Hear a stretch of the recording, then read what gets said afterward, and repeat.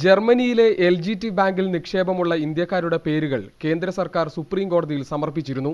26 പേരുകളിൽ 18 പേർക്കെതിരെ പ്രോസിക്യൂഷൻ നടപടികൾ ആരംഭിച്ചിട്ടുള്ള കാര്യവും സർക്കാർ അറിയിച്ചിരുന്നു.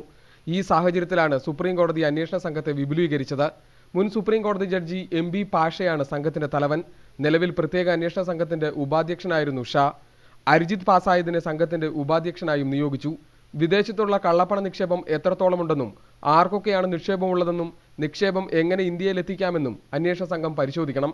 3 ദിവസത്തിനുള്ളിൽ സുപ്രീം കോടതിയിൽ കള്ളപ്പണ നിക്ഷേപമുള്ള മുഴുവൻ ആളുകളുടെയും പേരുവിവരങ്ങൾ വെളിപ്പെടുത്തണമെന്ന് കോടതി പറഞ്ഞു.